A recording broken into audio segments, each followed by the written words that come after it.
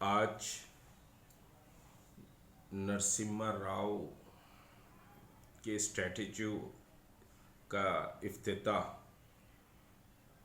Chief minister ने किया और हुसैन सागर लेक का जो नेकलेस रोड है उस नेकलेस रोड पर यह इफ्तिताह किया गया और बड़े समझिए कि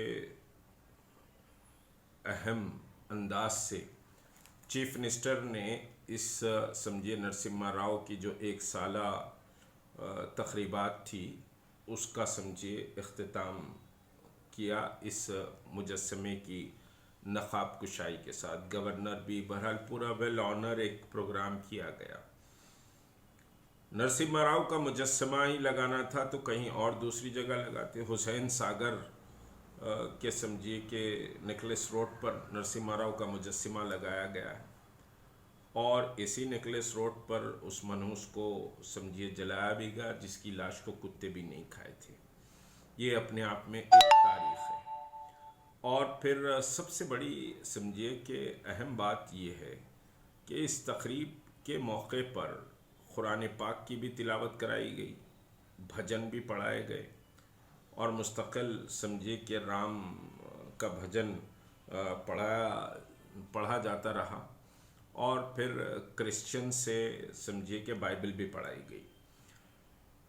बहुत सी समझिए सरकारी तकारीब इन दिनों मुनक्किद हो रही हैं। अभी चीफ मिनिस्टर वरंगल में हॉस्पिटल का जो क़दीम जेल थी उस जेल को डिमोलिश करके वहाँ हॉस्पिटल का इनाग्रेशन करे और फिर बहुत से कमिश्नर ऑफिस, कलेक्ट्रेट ऑफिस, ये सभी के इफ्तिताह हो रहे हैं। उस मौके पर जो इमेज दी जा रही है वो इमेज ये दी जा रही है कि तेलंगाना एक समझिए कि एक ही मज़हब को मानने वालों की रियासत है। भजन, अश्लोक, कीर्तन समझिए कि बड़ी पूजा के साथ पंडित समझिए कि इफ्तिताई तकरीब हो रही है। लेकिन आज समझिए कि कुरान पाक भी पढ़ी गई, बहरहाल शायद सिख की गुरद्वानी भी की गई और समझिए कि बाइबल भी पढ़ी गई और भजन कीर्तन भी हुआ। तो अगर तेलंगाना रियासत सेकुलर है तो हर इफ्तिताई तकरीब में तमाम समझिए मजहबी मुक़द्दस किताबों को पढ़ा जाना चाहिए। पहली चीज़ तो ये जो स्टेट है, ये स्टेट हमारा जो कॉन्स्टिट्यूशन है वो कॉन्स्टिट्यूशन समझिए कि कोई रिलीजन को समझिए सपोर्ट नहीं करता। ये कॉन्स्टिट्यूशन मुकम्मल समझिए कि साहब नॉन रिलीजियस कॉन्स्टिट्यूशन है। लेकिन इमेज ये दी जा रही है कि हर बहरहाल मुल्क में एक मिजाज बन गया है कि ये मुल्क हिंदुओं का मुल्क है।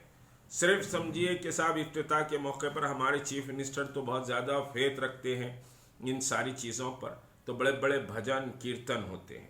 अब नरसिम्हा राव का बड़ा धूमधाम से समझिए कि स्टैच्यू का इनाग्रेशन हुआ, फिर एक जलसा भी हुआ और जिसमें चीफ मिनिस्टर ने कहा कि नरसिम्हा राव अक़लियतों के लिए भी बहुत काम किया है।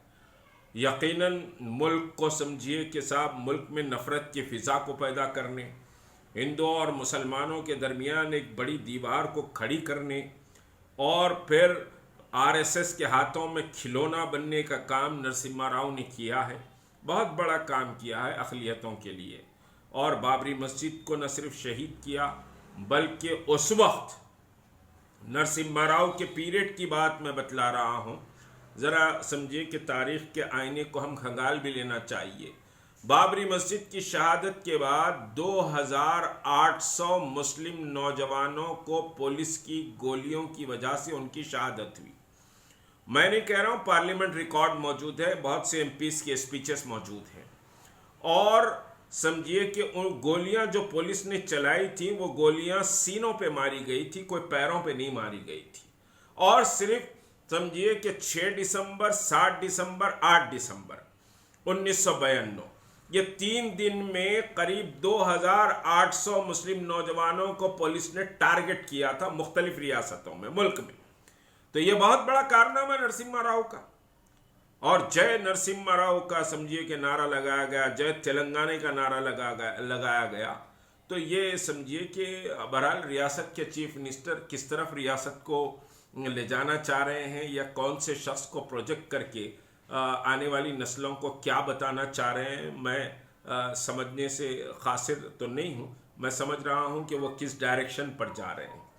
बहरहाल तेलंगाना की अगर बात की जाए तो तेलंगाना में निज़ाम दक्कन आसिफ साबे ने ज़्यादा काम किया है या नरसिम्हा राव ने किया है?